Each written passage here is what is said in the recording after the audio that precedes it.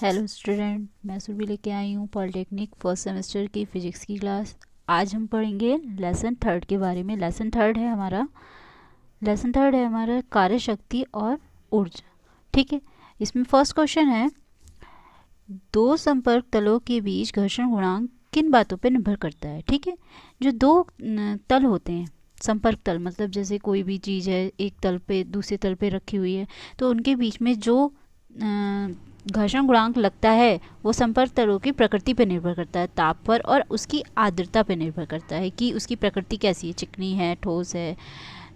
ठीक, इस बात पर निर्भर करता है। नेक्स्ट क्वेश्चन है, पहाड़ी क्षेत्रों में बर्फ से ढकी रास्तों पर रेत का छिड़काव किया जाता है, क्यों? क्योंकि बर्फ जो होती है बहुत चिकनी होती है तथा अगर उस पर हम रेत नहीं डालेंगे तो वहाँ पर फिसलन हो जाएगी। ठीक है, तो इसलिए हम क्या करते हैं, वहाँ पर रेत को डालते हैं ताकि टायर्स जो भी गाड़ी वगैरह वहाँ से निकले वो फिसले नहीं। ठीक है, तो घर्षण बढ़ाने के लिए डालते हैं। ठीक है, नेक्स्ट क्वेश्चन है, सीमांत घर्षण के दो नियम। सीमांत घर्षण के दो नियम लिखिए। पहला नियम है, सीमांत घर्षण का बल अभिलंब प्रतिक्रिया आर के अनुकरणपाती होता है। ठीक है, और दूसरा नियम है, सीमांत घर्षण का बल सदैव सापेक्ष गति के विपरीत होता है। ठीक है, मतलब जिस दिशा में उसे जाना होता है उसके अपोजिट डायरेक्शन में कार्य करता है। नेक्स्ट क्वेश्चन आते हैं, ऊर्जा किसे कहते हैं? ऊर्जा किसे कहते हैं? कार्य करने की क्षमता को हम ऊर्जा कहते हैं। मतलब जितनी भी शक्ति से हम कोई कार्य करते हैं वो हमारी क्या कहलाती है? ऊर्जा कहलाती है। इसका मात्रक जो होता है कैलोरी होता है। नेक्स्ट क्वेश्चन आता है, शक्ति किसे कहते हैं? इसका मात्रक जो होता है, इसका मात्रक बताइए। इसका आंसर है, एकांक समय में किए गए कार्य को हम शक्ति कहते हैं। ठीक है, एक समय में या एक सेकंड बोल दो, कुछ भी बोल सकते हैं। ठीक है, तो एक सेकंड में या एकांक समय में किए गए कार्य को हम शक्ति कहते हैं और इसका मात्रक जो होता है वो वॉट होता है। ठीक है, नेक्स्ट क्वेश्चन है हमारा, कार्य किसे कहते हैं? ठीक है, इसके मात्रक को बताइए। किसी वस्तु द्वारा किए गए उस वस्तु पर लगाए गए बल, किसी वस्तु द्वारा किया गया कार्य उस वस्तु पर लगाए गए बल तथा बल की दिशा में हुए विस्थापन का गुणनफल होता है। ठीक है, किसी वस्तु द्वारा किया गया कार्य और वस्तु पर लगाए गए बल तथा बल के विस्थापन के गुणनफल के बराबर होता है। मतलब जैसे कोई कार्य है W बराबर और उस पर लगाया गया बल F इंटू उसमें उत्पन्न विस्थापन के गुणनफल को हम कार्य कहते हैं। ठीक है, कार्य को हम जो है W से प्रेजेंट करते हैं। ठीक है, और इसका ऐसा ही मात्रक जो होता है वो होता है जूल।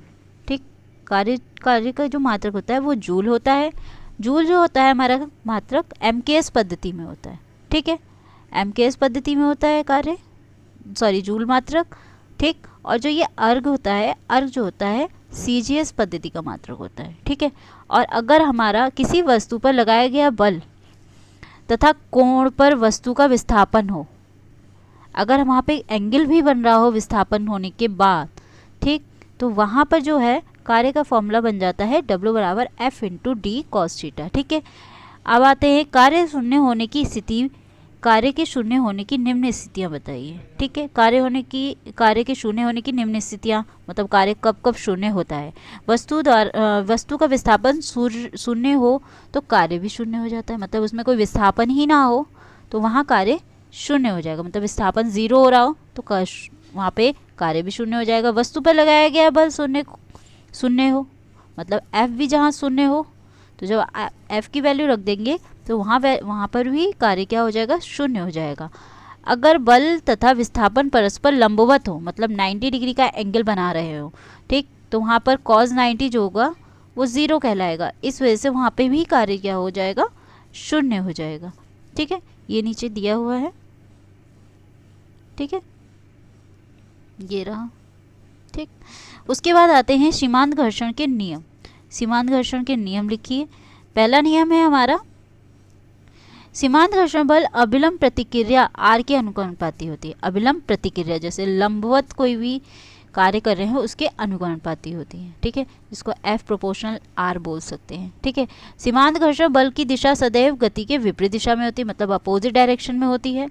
सीमांत घर्षण बल का मान उन सतहों की प्रकृति पर निर्भर करता है जिसके मध्य वह लग रहा है। मतलब कि दो सरफेस के या दो तल के बीच जो भी घर्षण बल लग रहा है वो सीमांत घर्षण बल पे निर्भर करता है। ठीक है, सीमांत घर्षण बल का मान संपर्क वाली सतह के खुरदरे या चिकनेपन पर निर्भर करता है। ठीक है, अगर जितना सतह चिकनी होगी उतना ही घर्षण कम होगा और जितना ही खुरदुरा होगा उतना ही घर्षण ज़्यादा होगा। नेक्स्ट क्वेश्चन आता है, सीमांत घर्षण बल का मान सतहों के संपर्क क्षेत्रफल पर निर्भर नहीं करता है। हाँ, उसके क्षेत्रफल पर निर्भर नहीं करता। कोई भी चीज़ छोटी है या बड़ी है उससे हमें फ़र्क नहीं पड़ता है, बस उसकी प्रकृति से फ़र्क पड़ता है कि वो चिकनी है कि खुरदुरी है। ठीक है, नेक्स्ट आते हैं घर्षण गुणांक और घर्षण कोण की परिभाषा। ठीक है, घर्षण गुणांक और घर्षण कोण की परिभाषा, किसी वस्तु तथा तल के बीच घर्षण बल तथा तल को वस्तु पर अभिलंब प्रतिक्रिया के अनुपात को हम घर्षण गुणांक कहते हैं। ठीक है, घर्षण गुणांक को हम म्यू से प्रेजेंट करते हैं या म्यू एस से प्रेजेंट करते हैं। उस पर उत्पन्न घर्षण बल F और उस पर प्रतिक्रिया बल R के अनुपात को हम क्या कहते हैं? घर्षण गुणांक कहते हैं। घर्षण कोण किसे कहते हैं? सीमांत घर्षण की अवस्था में सीमांत घर्षण बल तथा अभिलंब प्रतिक्रिया का परिमाण, अभिलंब प्रतिक्रिया R के साथ जो कोण बनाता है उसे हम घर्षण गुणांक कहते हैं। ठीक है, जो वहाँ पे एंगल बनाता है जो भी, उसको हम क्या कहते हैं? घर्षण कोण।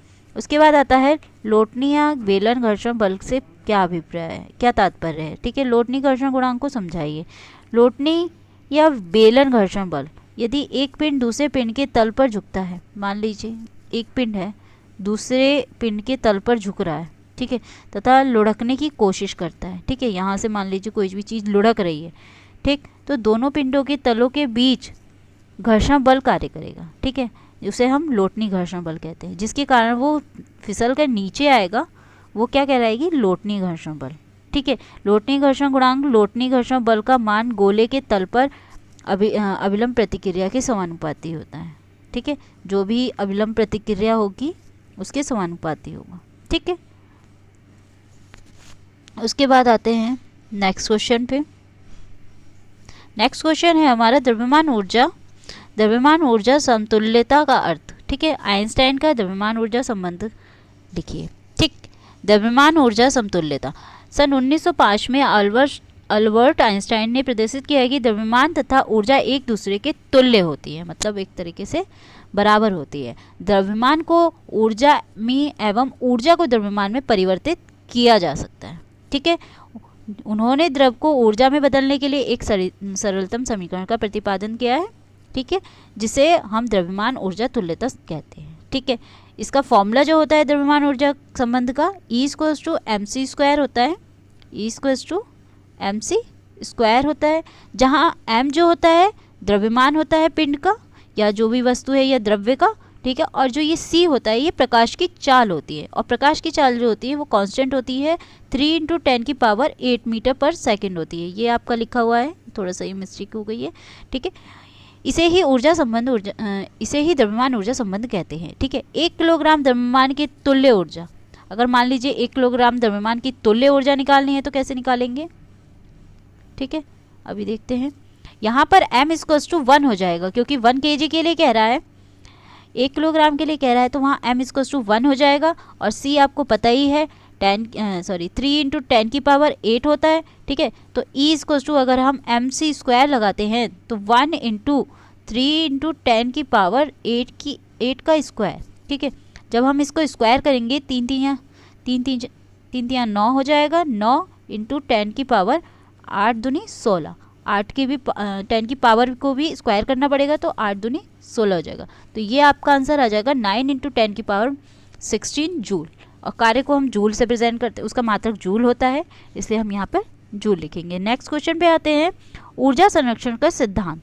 ऊर्जा संरक्षण के सिद्धांत का उदाहरण लिखिए। ऊर्जा संरक्षण का सिद्धांत, ऊर्जा ना तो नष्ट की जा सकती है और ना ही उत्पन्न किया जा सकता है। ठीक है, इसका एक रूप से दूसरे रूप में रूपांतरण किया जा सकता है या संभव होता है, मतलब एक रूप से उसको दूसरे रूप में बदल सकते हैं, ना तो उसको उत्पन्न कर सकते हैं ना ही उसको नष्ट कर सकते हैं। दूसरे शब्दों में हम कह सकते हैं कि जब ऊर्जा एक रूप लुप्त होता है तो वही ऊर्जा उतने ही परिमाण में किसी और रूप में प्रकट हो जाती है। ठीक है। तो ये व्यापक सिद्धांत संरक्षित एवं असंरक्षित दोनों प्रकार के बलों के लिए समान उपयोगी होता है। ठीक है, इसे ही हम ऊर्जा संरक्षण का नियम कहते हैं। नेक्स्ट क्वेश्चन पे आते हैं। क्षैतिज तल से 30 डिग्री पर झुके अनंत तल पर एक पिंड नीचे की ओर खिसक रहा है। ठीक है, मान लीजिए एक ये पिंड है, ठीक है, ये नीचे की ओर खिसक रहा है। ठीक है, अब क्या होगा, इसमें इसमें एक बल कार्य करेगा। ठीक है, वो बल कार्य करेगा आपका नीचे की ओर। जैसे मान लीजिए ये तिरछा है तो बल आपका पृथ्वी की ओर कार्य करेगा, नीचे की ओर। बल नीचे की ओर जब कार्य करता है तो उसमें गुरुत्वीय स्थिति ऊर्जा होती है, जिसके कारण जी वहाँ होगा।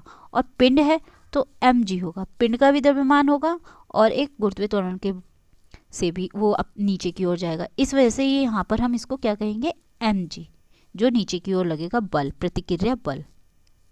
ठीक, उसके बाद हम इसको 2 पार्ट्स में डिवाइड करेंगे। ये एम जी हो जाएगा, ये एक तो कार्य करेगा इधर की ओर इसको खिसकाने का, और एक कार्य करेगा इस पर लंबवत। ठीक, तो ये हो जाएगा एम जी कॉस थीटा, पर यहाँ एंगल आपको दिया हुआ है तो यहाँ हो जाएगा ये 30, और इधर की साइड हो जाएगा एम जी कॉस 30।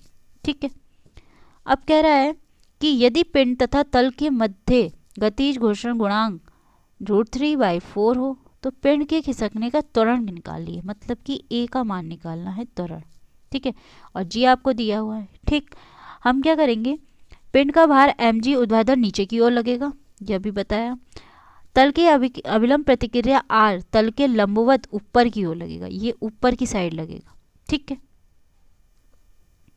प्रतिक्रिया बल ऊपर की ओर कार्य कर रहा है यहाँ पर। ठीक है, अपोजिट डायरेक्शन में। और घर्षण गुणांक गतिज घर्षण बल एफ के तल के समांतर ऊपर की ओर लग रहा है। ठीक है, तल के समांतर ऊपर की ओर लग रहा है, ये इधर की साइड। भार एम जी 2 घटकों में विभाजित हो जाता है यहाँ पर। ठीक है, ठीक, समतल तल के समतल भी हो जाता है एक, और तल के एक लंबवत हो जाता है। जो लंबवत होता है, समतल जो होता है वो कॉस में साइन में टूटता है, और जो लंबवत होता है वो कॉस में टूटता है, तो इसलिए वो एम जी कॉस थीटा हो जाता है। इसलिए ये एम जी साइन थीटा होगा, सॉरी। ठीक है, और ये M G sine cos theta. ठीक, अब क्या होगा, इस प्रकार तल के समांतर नेट बल जो हो जाएगा M G sine 30 minus F K. ठीक है, और तथा तल के लंबवत नेट बल R minus M G cos 30। आपका जो यहाँ पर है अपोजिट डायरेक्शन में लंबवत जो होता है नीचे की साइड वो कॉस में टूटता है।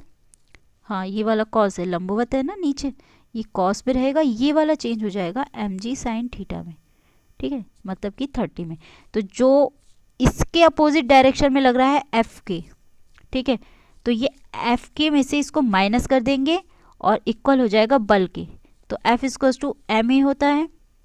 ठीक है, तो वो यहाँ पर हम एम ए रख देंगे डायरेक्ट। ठीक है, उसके बाद एक बल कार्य करेगा आर प्रतिक्रिया बल के अपोजिट डायरेक्शन में एम जी कॉस 30, तो उसको हम उसके इक्वल रख लेंगे क्योंकि इक्वली अपोजिट डायरेक्शन में वर्क कर रहा है। ठीक है, तो उसके बाद क्या होगा, उसके बाद हमें पता है घर्षण बल का मान क्या होता है, फॉर्मूला क्या होता है, म्यू के are equals to mu K M G cos 30।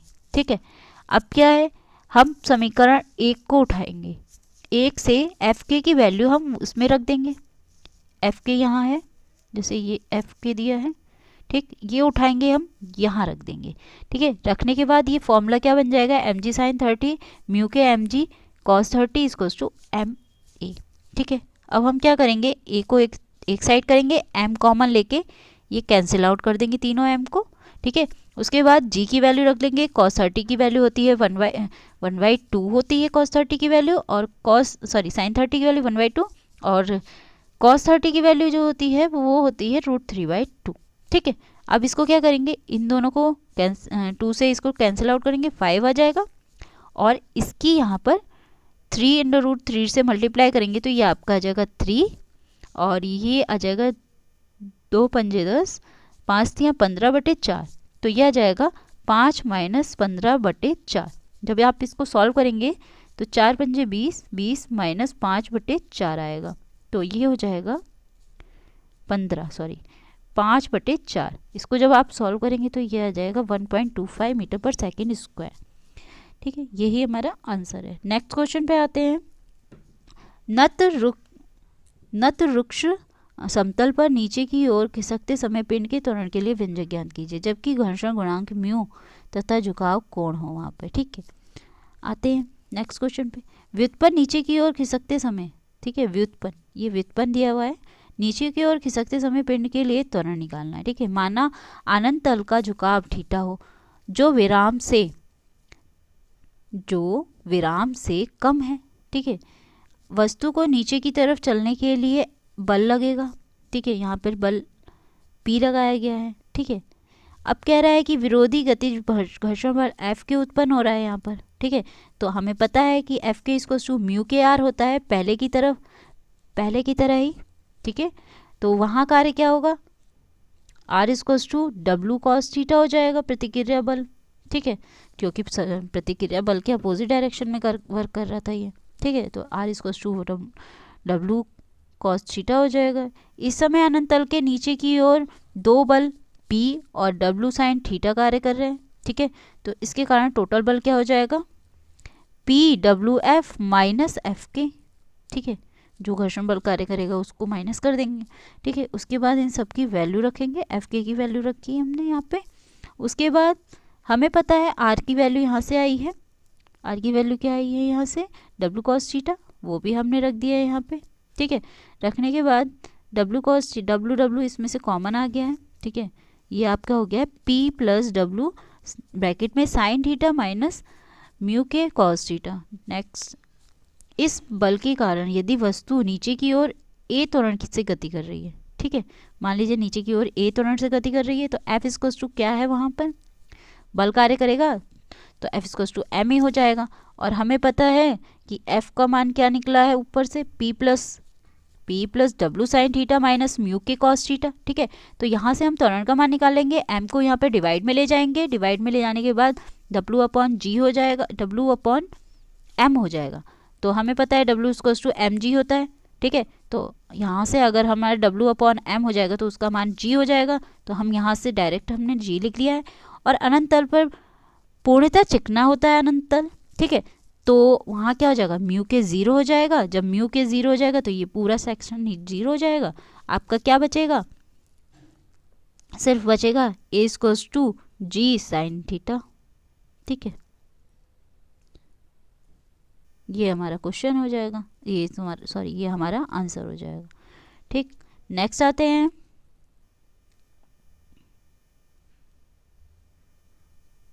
Next question पे आते हैं। लिखा है कि m द्रव्यमान का तथा r त्रिज्या का एक ठोस गोला थीटा ढलाव वाले नत तल पर नीचे की ओर लुढ़क रहा है। ठीक है, अब उसका रेखीय त्वरण प्रूफ करना है कि ये आएगा।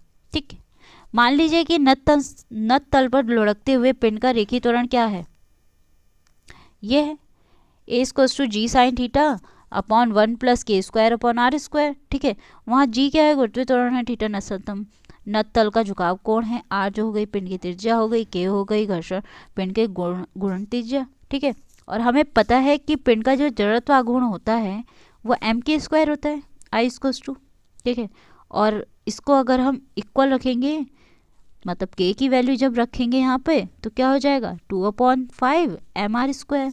ठीक है, वहाँ से क्या करेंगे, इन दोनों को इक्वल रख के m/r² k² निकाल लेंगे। जब वहाँ से k² निकालेंगे तो 2/5 आएगा। k² को हम ऊपर इसमें रख देंगे, इस वाले फॉर्मूले में। ठीक है, तो क्या आ जाएगी इसकी वैल्यू, ये आ जाएगी alpha = G sin theta upon 1 + 2/5। अगर हम इसको सॉल्व करेंगे तो ये हो जाएगा, एलसीएम ले लेंगे इसका तो ये हो जाएगा 7/5। जब इसको सही से लिखेंगे तो 5/7 G sin थीटा, ये प्रूफ हो गया। नेक्स्ट पे आते हैं। नेक्स्ट क्वेश्चन पे आते हैं। क्षैतिज तल से 60 डिग्री वाले एक अनंत तल पर m द्रव्यमान का एक पिंड समान वेग से नीचे की ओर आता है। ठीक है, नत तल पर पिंड के बीच घर्षण गुणांक ज्ञात कीजिए। ठीक है, घर्षण गुणांक ज्ञात करना है। ठीक है, पिंड का द्रव्यमान क्या है, m और उस पर कोण क्या बन रहा है, थीटा = 60। तो जब पिंड नीचे की ओर समान गति से फिसल रहा है तो निम्न बल पिंड पर लगने लगेगा। ठीक है, निम्न बल पिंड पर लगेगा। कौन कौन सा बल लगेगा? ये लगेगा, एक तो mg नीचे की ओर और इसके लंबवत ये, और इसको हम तोड़ेंगे तो इधर की साइड ये mg cos थीटा आ जाएगा, ये sin थीटा हो जाएगा mg sin थीटा, और इसके ऊपर की अपोजिट डायरेक्शन में लगेगा प्रतिक्रिया और इधर लगेगा f घर्षण गुणांक। ठीक, तो अब कह रहा है कि पहला पॉइंट, पिंड का भार m नीचे की ओर लगता है, अभिक्रिया r ऊपर की ओर लगेगा, घर्षण बल F म्यू आर नत तल के समांतर ऊपर की ओर लगेगा। ये सब 3 पॉइंट कार्य कर रहे हैं यहाँ पे। नेक्स्ट में आता है, जैसा कि चित्र में दर्शाया गया है कि पिंड का भार 2 घटकों में बांटा गया है। ठीक है, पिंड का भार 2 घटकों में बांटा गया है। ठीक है, पहला क्या है mg sin थीटा, दूसरा क्या है mg cos 60। ठीक है, तो इस प्रकार पिंड का तल जो है समांतर, कुल बल क्या हो जाएगा वहाँ पे, mu R minus mg cos 60 equals to 0। ठीक है, तो समान गति में पिंड के नीचे की ओर फिसलने पर बल क्या हो जाएगा, वहाँ शून्य हो जाएगा। ठीक है, तो वहाँ क्या हो जाएगा, r equals to mg cos theta हो जाएगा। ठीक, वहाँ mg cos थीटा होने पर समीकरण 1 और इसको जब इस पे शून्य ले लेंगे तो r equals to mg cos theta ले लेंगे वहाँ पे। अब ये साइन थीटा, इसको और इसको समीकरण 1 से यहाँ क्या हो जाएगा, म्यू का मान निकालें तो mg sin theta upon r। ठीक, अब इन दोनों को यहाँ से फर्स्ट वाले में सेकंड से ये r का मान उठा के हम सेकंड इक्वेशन में रख दे। रखने पर क्या होगा, यहाँ से इसकी वैल्यू क्या आएगी, पहले तो mg से mg कैंसिल आउट हो जाएगा। ठीक है, और साइन tan थीटा बराबर होता है sign theta upon cos theta. ठीक है, तो ये आपका साइन अपॉन कॉस तो बन जाएगा tan 60, और tan 60 की वैल्यू जो होती है वो आपकी होती है √3। ठीक है, और तो म्यू का मान वहाँ से क्या आ जाएगा, घर्षण गुणांक का मान √3। नेक्स्ट क्वेश्चन पे आते हैं, सीमांत वेग क्या है, इसके सूत्र का व्युत्पन्न करें। ठीक है, सीमांत वेग, जब श्यान द्रव में एक लोहे की छोटी गेंद छोड़ते हैं। ठीक है, मान लीजिए छोटी सी गेंद है, किसी भी शांत द्रव में छोड़ा गया है। ठीक है, तो गेंद का वेग धीरे धीरे बढ़ता है। ठीक है, एकदम तेजी से घूमने लगेगा उसमें, परंतु कुछ समय बाद वे वेग नियत हो जाएगा, मतलब कि खूब तेजी से बढ़ते बढ़ते फिर एकदम से वो एक ही वेग से घूमने लगेगा पूरे में। ठीक है, तो उसी को हम क्या कहते हैं, सीमांत वेग। कि अतः किसी श्यान द्रव में स्वतंत्र रूप से छोड़ी गई गेंद द्वारा प्राप्त अधिकतम नियत वेग सीमांत वेग कहलाती है। क्या कहलाती है, सीमांत वेग कहलाती है। इसको हम v से प्रेजेंट करते हैं। ठीक है, किससे प्रेजेंट करते हैं, v से प्रेजेंट करते हैं। गणना, जल से भरे बीकर में लोहे की छोटी गेंद छोड़ते हैं। ठीक है, मान लीजिए यहाँ पे गेंद छोड़ी, गेंद पर निम्न 3 बल कार्य करेंगे। ठीक है, 3 बल कार्य करेंगे। एक तो करेगा नीचे की ओर, ठीक है, mg, ठीक है, जिसको लिखा है w से इसमें। ठीक है, और एक बल ऊपर की ओर, उत्प्लवन बल जिसे बोलते हैं। ठीक है, और एक बल प्रतिक्रिया बल या विपरीत दिशा में श्यान बल जिसे बोलते हैं। ठीक है, तो क्या हो जाएगा, सीमांत वेग प्राप्त करने पर क्या होगा, वहाँ पर W टोटल कार्य क्या हो जाएगा, F T प्लस F। एक F हो जाएगा श्यान बल बोलते हैं जिसको, और एक हो जाएगा उत्प्लवन बल। उत्प्लवन बल मतलब कि इसको पानी भी एक बल देगा जो इसको ऊपर की ओर ढकेलने की कोशिश करेगा। ठीक, अगर जो ये गोल गेंद है, अगर ये लोहे की है और अगर भारी है तो वो नीचे की ओर बैठ जाएगी, अगर हल्की है तो उत्प्लवन बल के कारण ये ऊपर की ओर आ जाएगी। ठीक है, तो इसी वजह से इसमें 2 बल कार्य करेंगे। ठीक है, तो टोटल कार्य कितना हो जाएगा, W equals to FT plus F। ठीक है, अब क्या है, जल का घनत्व क्या है, सिग्मा है। ठीक है, और श्यान गुणांक क्या है, नीटा है। लोहे की गेंद का घनत्व क्या है, रो है, यहाँ पे रो लिया गया है लोहे की गेंद का घनत्व, और त्रिज्या क्या है यहाँ पे गेंद की r, द्रव्यमान m, और आयतन क्या है उसका v। हमें पता है गेंद का भार इक्वल्स टू mg होता है, w इक्वल्स टू mg नीचे की ओर लगता है। ठीक है, और अगर हम यहाँ से घनत्व बराबर द्रव्यमान बटे आयतन होता है, घनत्व बराबर द्रव्यमान बटे आयतन। ठीक है, अब हमें पता है घनत्व को इसमें किससे प्रेजेंट किया गया है, रो से, ठीक है, द्रव्यमान को m से, आयतन v से। अगर हम यहाँ से m का मान निकालें तो क्या आ जाएगा, रो v हो जाएगा, जो कि हमने इसमें रखा, तो यहाँ से आ जाएगा रो v g, ये आया है आपका, ठीक है। द्रव के ऊपर उत्प्लवन बल Ft हटाए गए जल का भार क्या हो जाएगा वहाँ पे, वहाँ सिग्मा हो जाएगा, ठीक है, क्योंकि यहाँ पर जल के लिए घनत्व सिग्मा लिया गया है और गेंद के लिए घनत्व रो लिया गया है, तो इसलिए सिग्मा के लिए जल के लिए सिग्मा लग जाएगा, ठीक है।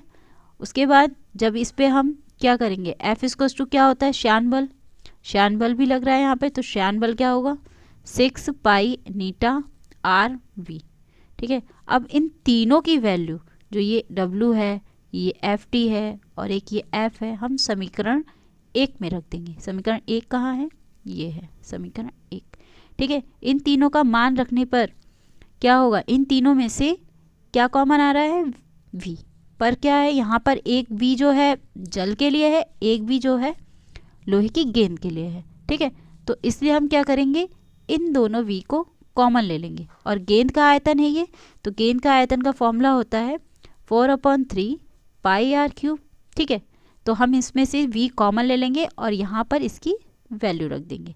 बाकी इन दोनों में से कुछ और कॉमन आ नहीं रहा है, ठीक है, और इधर की साइड हमने रख दिया, हाँ, इसको हम एक साइड कर देंगे यहाँ पर, और इन दोनों को एक साइड कर देंगे, ताकि इनमें से G भी कॉमन आ गया, ठीक है। जब इसमें से G कॉमन आ गया तो ये वैल्यू रखने पर आयतन की ये फॉर्मूला बन जाएगा कि V equals to 2/9 R square G rho minus sigma upon नीटा, ठीक है।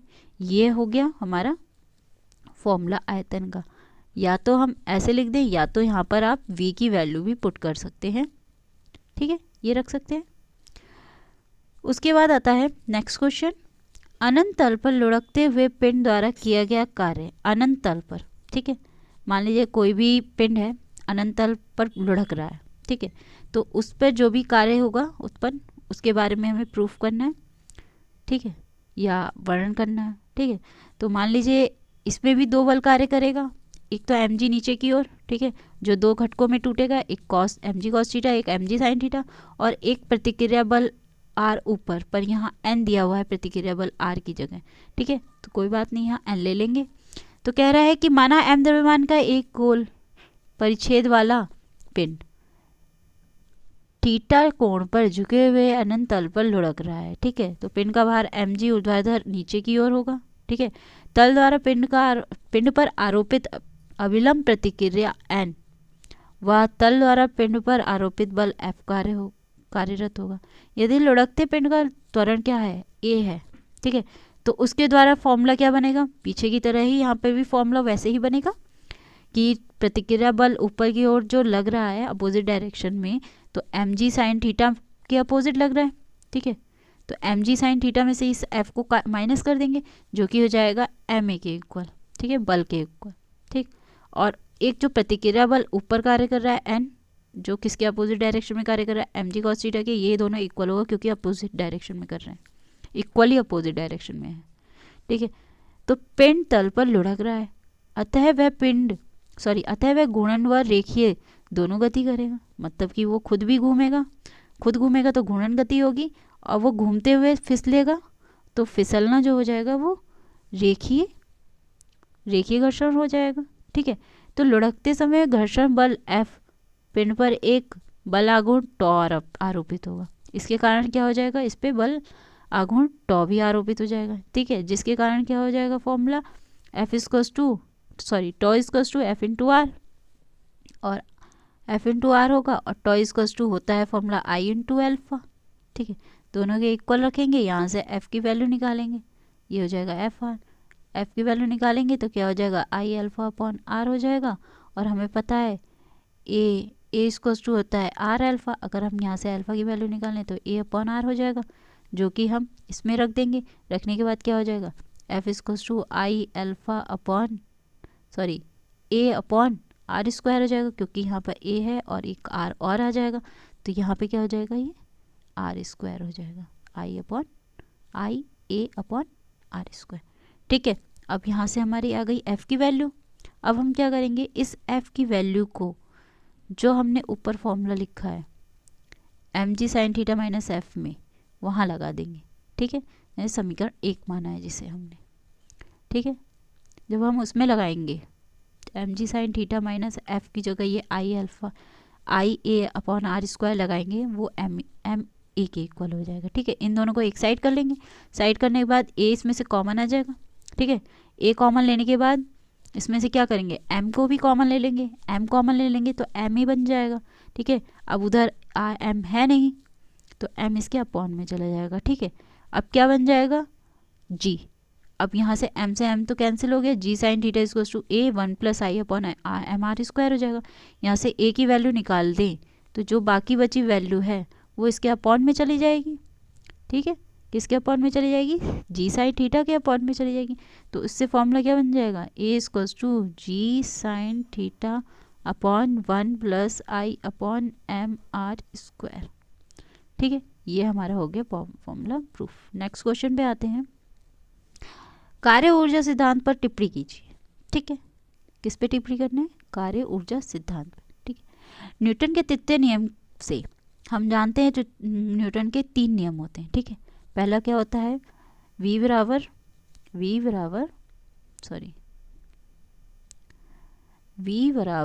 u प्लस ए टी, ठीक है। s बराबर U T plus half A T square, ठीक है।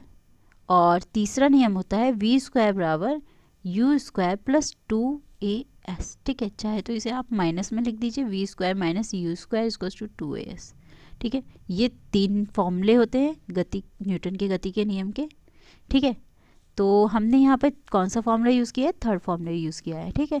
थर्ड फॉर्मूला है हमारा V square minus U square 2as, ठीक है। वी क्या है, यू क्या है, प्रारंभिक वेग है, अंतिम वेग वी होता है, और ए त्वरण और एस जो होता है विस्थापन होता है, ठीक है। हम जानते हैं कि F equals to M A होता है, F equals to M A, ठीक है। बल लगाने पर विस्थापन कितना होगा, d, ठीक है। अब यहाँ पे विस्थापन s था, अगर हम यहाँ पर f के लिए ले रहे हैं, ठीक है, तो वहाँ पे विस्थापन d ले लेंगे, तो वहाँ पर s की जगह हम d यूज़ कर लेंगे, ठीक है। अब हमें पता है कि v बराबर क्या है, हाँ, इन दोनों में हम क्या करेंगे, हाफ mv से गुणा कर लेंगे तीनों साइड। जब हाफ mv से तीनों में गुणा कर लेंगे तो क्या हो जाएगा, एक साइड तो हाफ mv स्क्वायर हो जाएगा, एक side half M U square हो जाएगा, और एक साइड क्या हो जाएगा, यहाँ पे 2 जो वैल्यू थी वो कैंसिल आउट हो जाएगी इस 2 से, ठीक है, इस 2 से, क्योंकि 2AD इंटू 1/2m हो जाएगा, तो m 2 से 2 कैंसिल आउट, तो बचेगा MAD, ठीक है। अब क्या करेंगे, यहाँ पर MA होता है F इक्वल्स टू MA, तो MA की वैल्यू रख दी F, ठीक है। तो क्या हो जाएगा, half M V square minus half M U square गतिज ऊर्जा को प्रदर्शित करता है, तथा एफ डी कार्य को प्रदर्शित करता है, ठीक है। तो जब ये गतिज ऊर्जा को प्रदर्शित करता है तो एफ के एफ माइनस के आई हो जाएगा, ठीक है। और ये क्या हो जाएगा, कार्य डब्ल्यू हो जाएगा, ठीक। क्यों हो जाएगा, क्योंकि के आई जो हो जाएगी प्रारंभिक गतिज ऊर्जा हो जाएगी, और के एफ जो हो जाएगी वो अंतिम गतिज ऊर्जा हो जाएगी, क्योंकि यहाँ यू प्रारंभिक है इसलिए के आई ले लेंगे, और v अंतिम वेग है तो यहाँ पर के एफ ले लेंगे, ठीक है। किसी निश्चित विस्थापन के दौरान किसी वस्तु पर लगाया गया बल कार्य होता है, ठीक है। अर्थात किसी वस्तु पर लगाए गए कुल बल द्वारा किया गया कार्य, मतलब जितना भी बल लगाकर आप कोई कार्य कर रहे हो तो उस वस्तु की गतिज ऊर्जा में परिवर्तन के बराबर होता है, ठीक है। ये हमारा फॉर्मूला है। उसके बाद आते हैं नेक्स्ट क्वेश्चन पे। संरक्षित तथा असंरक्षित बलों से क्या तात्पर्य है, ठीक है। संरक्षित बल और असंरक्षित बल, ठीक है। संरक्षित बल क्या होता है, यदि किसी बल द्वारा किसी वस्तु को एक बिंदु से दूसरे बिंदु तक ले जाने में वस्तु पर किया गया कार्य केवल वस्तु की प्रारंभिक तथा अंतिम स्थिति पर निर्भर करता है, इसे बल को हम क्या कहते हैं, संरक्षित बल, ठीक है। जैसे कि मान लीजिए ए पॉइंट से हम किसी भी चीज़ को बी पॉइंट तक ले जा रहे हैं, ठीक है। तो पहले हम ले जा रहे हैं ए पॉइंट से, फर्स्ट डायरेक्शन से, ठीक है। तो कह रहा है कि माना किसी पिंड को चित्रानुसार एक संरक्षित बल के अधीन प्रारंभिक स्थिति ए से अंतिम स्थिति बी तक 2 अलग अलग मार्गों 1 तथा 2 के द्वारा ले जाया जा रहा है। पहला 1 इधर, दूसरा ध्रुव इधर। ठीक है, चूंकि बल संरक्षी है अतः दोनों मार्गों पर बल द्वारा किया गया कार्य समान होगा।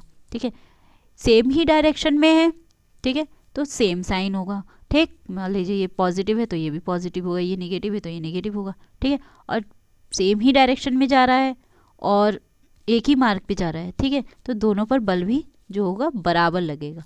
ठीक है, तो मान लीजिए कि पिंड को पहले मार्ग ए से स्थिति ए से बी तक ले जाने 1 से ए से बी तक ले जाने में किया गया कार्य संरक्षी बल W कार्य करना पड़ता है। तत्पश्चात मार्ग 2 के द्वारा स्थिति B से A तक ले जाया जाता है। मान लीजिए B से A तक ले जाते हैं, माना यहाँ पर हम अगर इसको A से B तक ले जाएं पहले मार्ग से, ठीक है, पहले मार्ग से A से B तक ले जाएं, फिर दूसरे मार्ग में हम B से जब अगर मान लीजिए A में आए, ठीक है, तब तो वो सेम डायरेक्शन में होगा। ठीक है, अगर हम इसको अपोजिट डायरेक्शन में ले जा रहा है तो वो क्या वैल्यू हो जाएगी, माइनस हो जाएगी। इसलिए हम इस कार्य को W मानते हैं और इसको W' अगर मानते हैं तो दोनों में किया गया कार्य अपोजिट हो जाएगा, मतलब साइन उसका अपोजिट हो जाएगा। ठीक है, इसका मतलब इसका सम क्या हो जाएगा, इसका योग जो हो जाएगा दोनों में किए गए कार्य का योग क्या होगा, 0 होगा। ठीक है, मतलब कि किया गया कुल कार्य जो हो जाएगा वो 0 हो जाएगा। यहाँ पे लिखा भी है कि अब पिंड की प्रारंभिक तथा अंतिम स्थिति एक ही है, अतः इस पूरे यात्रा के दौरान संरक्षी बल द्वारा किया गया कार्य, कृत कार्य मतलब कुल कार्य 0 हो जाएगा। तो हम उसको कैसे लिखेंगे, W + W' = 0, या तो हम लिख सकते हैं W' = -W। ठीक है, या फिर हम लिख सकते हैं W = -W'। ठीक है, इस प्रकार हम कह सकते हैं कि पिंड को A बिंदु से B तक ले जाने में संरक्षी बल W कार्य करता है, तो पिंड को बिंदु B से वापस बिंदु A तक ले जाने में संरक्षी बल द्वारा किया गया कार्य -W होगा। क्योंकि जब हम इस डायरेक्शन में जा रहे थे तो डायरेक्शन तो सीधी थी, परंतु जब हम इस डायरेक्शन से इधर आ रहे थे तो डायरेक्शन इधर होने की बजाय वो अपोजिट डायरेक्शन में ही था, जिसके कारण हम उस पर बल W' माइनस में ले लेंगे। ठीक है, इसलिए कुल कार्य वहाँ हो जाएगा 0। ठीक है, नेक्स्ट आता है आपका संरक्षी बलों के गुण। ठीक है, हम यहाँ पे संरक्षी बल के गुणों के बारे में बात करेंगे कि पहला पॉइंट है संरक्षी बल के द्वारा अथवा उसके विरुद्ध किया गया कार्य केवल वस्तु की प्रारंभिक तथा अंतिम स्थितियों पर निर्भर करता है, कि प्रारंभिक स्थिति कहाँ से चल रही है और अंतिम स्थिति कहाँ तक जा रही है। ठीक है, संरक्षी बल के द्वारा व संरक्षी बल के विरुद्ध किया गया कार्य वस्तु द्वारा अपनाए गए मार्ग पर निर्भर नहीं करता है। ठीक है, उसकी डायरेक्शन पे निर्भर करता है, ये नहीं कि उसके मार्ग पर निर्भर नहीं करता कि वो किस मार्ग में जा रही है। ठीक है, सिर्फ उसके डायरेक्शन पे कि किस डायरेक्शन में मुड़ रही है, किस डायरेक्शन से आ रही है और किस डायरेक्शन में जा रही है, इस पर निर्भर करता है। किसी वस्तु को किसी बंद पथ पर एक पूरा चक्कर घुमाने में संरक्षी बल द्वारा अथवा संरक्षी बल के विरुद्ध किया गया कार्य 0 होता है। ठीक है, जो भी उस पर कार्य करेंगे वो 0 हो जाएगा। ठीक है, किसी वस्तु को विस्थापित करने में संरक्षी बल के विरुद्ध किया गया कार्य वस्तु की स्थितिज ऊर्जा के रूप में संचित होता है, जिसे वापस प्राप्त किया जा सकता है। ठीक है, क्या हो जाता है, वस्तु स्थितिज ऊर्जा के रूप में संचित हो जाती है। अब आते हैं हम असंरक्षी बल। ठीक है, असंरक्षी बल क्या होता है, आइए देखते हैं। कह रहा है कि यदि किसी बल के द्वारा अथवा बल के विरुद्ध किसी वस्तु को विस्थापित करने में किया गया कार्य वस्तु पर अपनाए गए मार्ग पर निर्भर करता है तो ऐसे बल को असंरक्षी बल कहते हैं। ठीक है, मतलब कि यदि किसी बल के द्वारा अथवा बल के विरुद्ध, मतलब कोई बल लगा रहे हैं या उसके अपोजिट डायरेक्शन में बल लगा रहे हैं, तो किसी वस्तु को विस्थापित करने में किया गया कार्य वस्तु द्वारा अपनाए गए मार्ग पर निर्भर करता है। ठीक है, ये हम किस डायरेक्शन में उसको भेज रहे हैं। ठीक है, तो घर्षण बल तथा श्यान बल असंरक्षी बलों के उदाहरण। ठीक है, घर्षण बल और जो श्यान बल होता है, देखिए जब किसी पिंड को रुक्ष मेज पर बिंदु A से B तक जाने में अपनाए गए पथ की लंबाई पर निर्भर करता है। ठीक है, ना कि प्रारंभिक और अंतिम स्थिति में। असंरक्षी बल जो होता है वस्तु की लंबाई पर निर्भर करता है। ठीक है, और जो संरक्षी बल था वो सिर्फ उसकी बिंदुओं पे निर्भर कर रहा था, A से पॉइंट तक B तक, उसकी स्थितियों पे। ठीक है, पुनः पिंडों को B से A तक ले जाने में घर्षण बल के विरुद्ध कार्य करना पड़ता है। तो इस प्रकार किसी वस्तु के एक बंद पथ पर पूरा चक्कर लगवाने में असंरक्षित बल के विरुद्ध किया गया कार्य शून्य नहीं होता है। ठीक है, यहाँ पर किया गया कार्य शून्य नहीं होता है क्योंकि वो पॉइंट्स पे निर्भर नहीं करता है। ठीक है, अगर उसके पॉइंट पे निर्भर करेगा तभी वो शून्य होगा, अथवा वो शून्य नहीं होगा, इसलिए ये क्या कहलाता है, ये असंरक्षित बल कहलाता है। ठीक है, असंरक्षित बल के विरुद्ध किया गया कार्य वस्तु की स्थिति के रूप में संचित नहीं होता है, इस कार्य को पुनः वापस नहीं किया जा सकता। ठीक है, वो ऐसा कार्य है उसको पुनः वापस किया जा सकता है, परंतु इसको पुनः वापस नहीं किया जा सकता है। यही हमारा संरक्षित बल था और असंरक्षित बल था। नेक्स्ट क्वेश्चन पे आते हैं, न्यूमेरिकल है हमारा नेक्स्ट क्वेश्चन। पहला क्वेश्चन दिया है हमें कि एक वलय पर एक सिलेंडर समान कोण पर झुके तल पर लुढ़क रहा है। ठीक है, बगैर फिसले, मतलब फिसल नहीं रहा है, एकदम से लुढ़क रहा है। ठीक है, तो दोनों की त्रिज्याएं समान है। ठीक है, इसमें से कौन सी आकृति जमीन पर अधिकतम वेग से गिरेगी? एक वलय और एक सिलेंडर। ठीक है, रिंग, वलय बोलते हैं हम रिंग को या सर्किल को बोल सकते हैं। ठीक है, हमें पता है कि त्वरण का फॉर्मूला क्या होता है, mg sin theta upon 1 plus I upon M R square. हमें पता है रिंग का ये आई स्क्वायर टू क्या होता है, एम आर स्क्वायर होता है। ठीक है, रिंग के लिए। ठीक, तो हम क्या करेंगे, यहाँ पर आई की वैल्यू रख देंगे, तो क्या हो जाएगा, g sin theta upon 1 plus I होता है तो वहाँ रख देंगे एम आर स्क्वायर, और नीचे ऑलरेडी है एम आर स्क्वायर, इन दोनों को कैंसिल आउट कर देंगे तो क्या हो जाएगा, जी साइन थीटा अपॉन 2, दोनों 1 प्लस 1 हो जाएंगे तो ये 2 हो जाएगा। अगर हम इसको सही से सॉल्व करें तो 0.5 जी साइन थीटा हो जाएगा। ठीक है, ये आ जाएगा आपका वलय के लिए, मतलब रिंग सर्किल के लिए। अब आता है सॉलिड सिलेंडर, या हाँ सॉलिड सिलेंडर या सिलेंडर कह सकते हैं। ठीक है, तो आई इक्वल्स टू सिलेंडर का जो होता है जड़त्व आघूर्ण आई, वो हाफ एम आर स्क्वायर होता है। ठीक है, और हम यहाँ आई की जगह पर अगर एम आर स्क्वायर लगाते हैं तो एम आर स्क्वायर से एम आर स्क्वायर कैंसिल हो जाएगा, तो नीचे बचेगा G sine theta upon 1 plus 1 upon 2। अगर हम इसको सॉल्व करेंगे तो क्या हो जाएगा, 3/2। ठीक, अगर इसको हम लिखेंगे तो ये हो जाएगा हमारा, एक मिनट,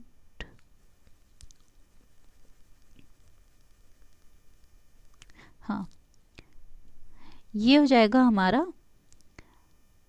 जी साइन थीटा अपॉन 3/2। अगर हम इसे लिखेंगे तो 2/3 हो जाएगा जी साइन थीटा। ठीक है, हमें पता है 2/3 को अगर हम भाग देते हैं तो हमारा मान आता है 0.67। ठीक है, 0.67, तो हम इसको लिख सकते हैं 0.67 जी साइन थीटा। ठीक है, ये हमारा सिलेंडर का अधिकतम वेग हो गया। ठीक, ये हो गया हमारा आंसर। नेक्स्ट क्वेश्चन पे आते हैं, दर्शाइए कि m द्रव्यमान व r त्रिज्या वाले एक रेखीय वेग v से, ठीक है, एक रेखीय वेग v से लुढ़कते गोले की कुल गतिज ऊर्जा इतनी है, सिद्ध करिए या मतलब दर्शाइए या बताइए। ठीक है, तो कुल गतिज ऊर्जा का फॉर्मूला क्या होता है, अगर जड़त्व आघूर्ण के रूप में देखें तो हाफ आई ओमेगा स्क्वायर होता है, और कुल गतिज ऊर्जा तो और हाफ एम वी स्क्वायर भी होता है, टोटल होता है इसका। ठीक है, अगर हम आई की वैल्यू रख दें, हाफ आई की वैल्यू रखें तो एम आर स्क्वायर हो जाएगा, और ओमेगा की वैल्यू रख दें तो वी स्क्वायर अपॉन आर हो जाएगा, plus half M V square है ही। ठीक है, इन दोनों में से एम वी स्क्वायर कॉमन ले लें। ठीक है, या पहले तो आर से आर कैंसिल आउट कर दें तो हाफ एम वी स्क्वायर बचेगा, और ये हाफ एम यहाँ पे 2/5 होता है इसका। हाँ, इसका ना, इसका जो होता है किसका है, लुढ़कते गोले, हाँ गोले का जो आई होता है वो होता है 2/5 एम आर स्क्वायर। ठीक है, तो हम इसकी जगह पर जब वैल्यू रखेंगे तो 1/2 into 2/5 M R square V square upon R square plus half M V square, R square से आर स्क्वायर कैंसिल, 2 से 2 कैंसिल हो जाएगा, 1/5 M R square plus 1/2 M R square. ठीक है, जब आप इसको सॉल्व करेंगे 1/5 एम आर स्क्वायर को प्लस 1/2 एम आर नहीं वी है, क्या है यहाँ पे वी, एम वी स्क्वायर। ठीक है, तो क्या हो जाएगा, एम वी स्क्वायर को कॉमन ले लो 1/5 प्लस 1/2। अगर हम इसका एलसीएम लेंगे तो क्या हो जाएगा, 2 प्लस 5/5 गुणा 2 और mv²। 5 और 2 7, 7 5 दूनी 10, तो 7/10 mv²। आ गया आंसर। ठीक है, नेक्स्ट क्वेश्चन पे आते हैं। नेक्स्ट क्वेश्चन क्या कह रहा है आपका, नेक्स्ट कह रहा है कि एक बेलन द्रव्यमान m व r त्रिज्या का है। एक बेलन है, उसका द्रव्यमान m है तथा त्रिज्या r है। ठीक है, एक समतल पर लुढ़क रहा है। ठीक है, लुढ़क रहा है तो बेलन की संपूर्ण गतिज ऊर्जा बताइए। ठीक है, यहाँ पर भी गतिज ऊर्जा ही बतानी है। ठीक है, तो गतिज ऊर्जा क्या है, यहाँ पर हमें पता है संपूर्ण गतिज ऊर्जा क्या होगी बेलन की, हाफ आई ओमेगा स्क्वायर और हाफ एम वी स्क्वायर। अब के बेलन का जो जड़त्वागुण होता है हाफ एम आर स्क्वायर होता है। ठीक है, अगर कैपिटल ले लो या स्मॉल ले लो कोई प्रॉब्लम नहीं है। ठीक है, तो यहाँ पे क्या हो जाएगा, स्मॉल लिया है कोई बात नहीं। ठीक, half M R square already half है ही, और ओमेगा की वैल्यू लगा दी। ओमेगा की वैल्यू चलिए बाद में लगा दें, यहाँ पे पहले वी को चेंज करते हैं, V equals to R omega होता है, तो यहाँ चेंज किया तो क्या हो जाएगा, half M R square omega square.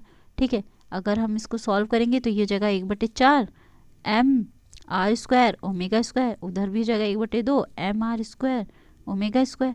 अगर इसको सॉल्व करेंगे तो क्या हो जाएगा, 3/4 M R square omega square. ये हमारा आंसर है। ये आज थर्ड चैप्टर के कुछ इंपॉर्टेंट क्वेश्चन थे जो एग्ज़ाम के पॉइंट ऑफ व्यू से बहुत इंपॉर्टेंट हैं। इसी तरीके के इंपॉर्टेंट क्वेश्चंस के लिए चैनल को सब्सक्राइब कर लीजिएगा। धन्यवाद।